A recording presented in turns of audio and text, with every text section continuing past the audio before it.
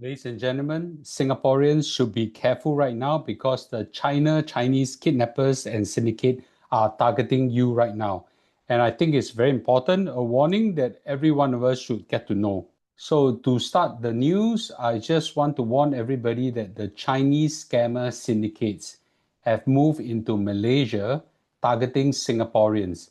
And we Singaporeans must wake up. And I think this is the key message I want to drive into everybody before I give you all the details. So we all know that the Chinese criminal syndicates that were running scam compounds, scam syndicates, they used to be operating mainly in Myanmar and in Cambodia.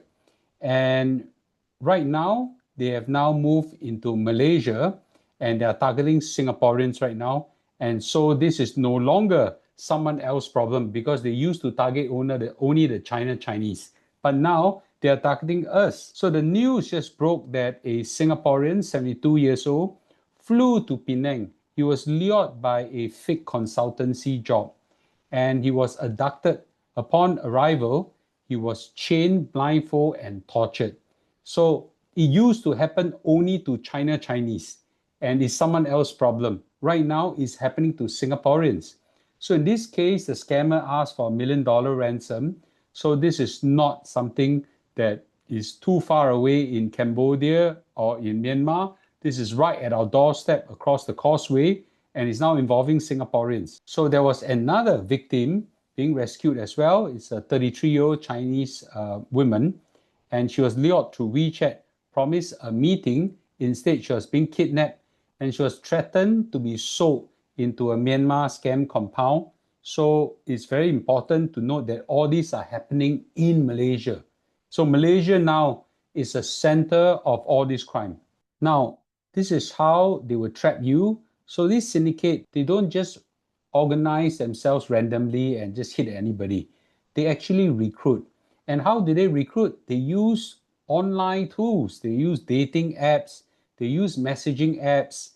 And they hire fake recruiters and give job offers, investors, business partners, and everything happen online. And they will slowly nurture the relationship with you. Sometimes they will take days, weeks, and even months to slowly build the relationship before they go for the kill. Let me just say this, there's no such thing as a free lunch. Now, every scam always starts with something quite unbelievable, to be frank. There's a high paying job, there's an easy investment, and usually given by a trusted friend, and there's easy money. And I like to say this to many people, if it feels too good to be true, it certainly is not true.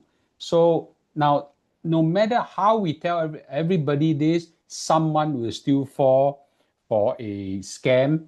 And unfortunately, now it involves human lives that is potentially at risk in Singapore. Now, let me just say that the Chinese scam syndicates are very capable.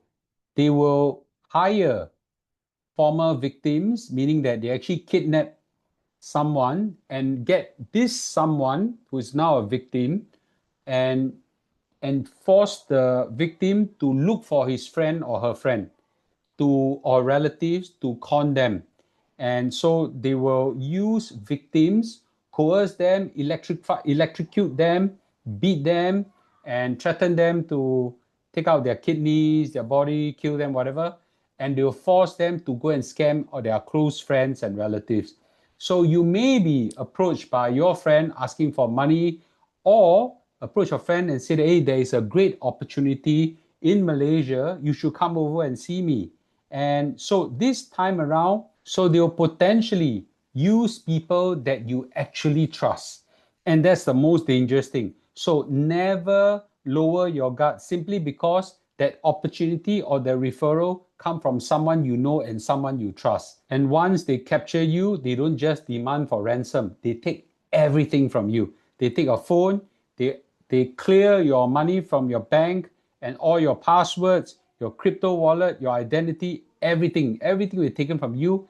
And Chinese victims are known to have lost money, lost their kidneys, and losing lives is very common, especially in Myanmar, Cambodia, and Laos. Now, why have they moved into Malaysia? Well, I think there are two reasons. One is a push factor, one's a pull factor. I think the push factor is a lot stronger now. So they used to be operating in Myanmar, Cambodia, and Laos, and they have got at least hundreds of thousands of victims being confined. And no matter how I tell people this, they just can't believe the scale is in that level. So they managed to confine everybody into scam districts. They have to be districts because they are very big right now, and force them to run scams. And right now, because of the scale of these scams, the authorities in this country are forced to attack and crack down on these scams. So they move from different places, eventually realize, wow, difficult to operate in this area. So this new location they potentially are moving into right now, this is the infancy, is Malaysia. So Malaysia has very good international airport. They have excellent internet infrastructure, and they have got easy international connectivity close to Singapore. And you can easily come in as a tourist, as a cover. And as a result, this is a wonderful location. It's a country that's very big, to difficult to be noticed if you come in as a tourist. Most of these syndicates are Chinese. They just look like any other tourist. In fact, they sometimes look like us as well. So why are Singaporeans now attractive targets? Well, the frank truth is Singaporeans are rich, ma. It's the truth, right? Got money. So look at the amount of scams that has been lost. Money has been lost to scams in Singapore. It's in the billions, and we own a powerful passport called a Singapore passport. And once you get your hands on this passport, you can open doors. And we are regular Malaysian travelers, easy to lure. And I don't know how to say this without sounding offensive to our fellow Singaporeans, but we are generally viewed as gullible, juicy targets because we are a very trusting society. We have a very good government, and we have very good police force, and we have very good corporate culture, and we always believe that crime is low in Singapore, which is true, but it doesn't mean crime is low overseas. But unfortunately, culturally, you're brought up not to be on our guard easily. So therefore, Singaporeans are viewed as juicy, gullible targets. Now, frankly speaking, I feel that these Chinese scammer syndicates make one mistake by choosing Malaysia.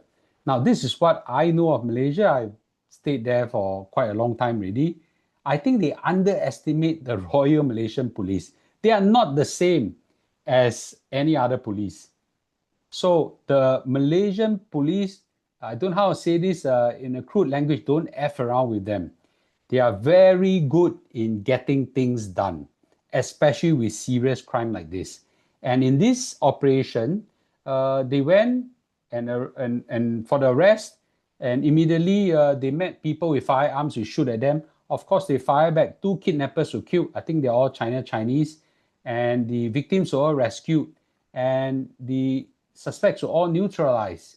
So I think this is a clear message to send to the organized criminals that don't touch Malaysia. And I also want to say this, the Malaysian police are very good in getting things done, especially cooperating with Singapore police. Our Singapore police is, of course, world class. The Malaysian police are as good, maybe if not even better, because they are a police force tested by fire. Not that Singapore police is no good, but we don't have as much crime as they at their side do. But they have operated in crime situation and they do very well. Don't forget, Mas Selamat many years ago, the terrorist that has escaped from our captivity, was arrested in Malaysia, not in Singapore.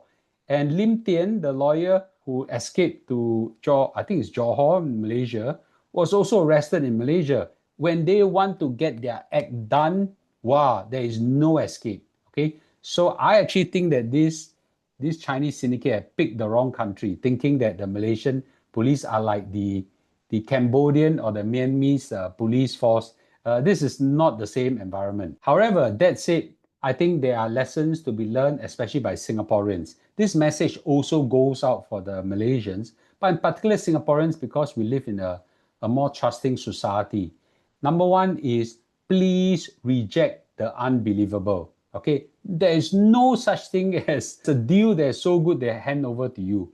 Always verify, verify, verify. Never trust anybody online. Never trust anybody online. And I would just say, okay, trust no one.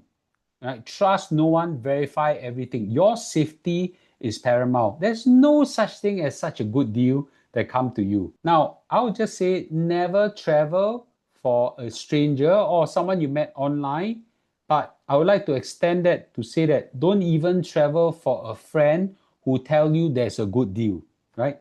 Because you don't know whether your friend will be acted under coercion to force you to go. So before any trip, always ask yourself, why am I being given such a good opportunity, right? So don't trust anyone. Don't freaking trust anyone, okay? Yeah, this is something very, very important that we need to verify, verify, verify. So therefore, the key message to all Singaporeans is this: trust no one, verify everything.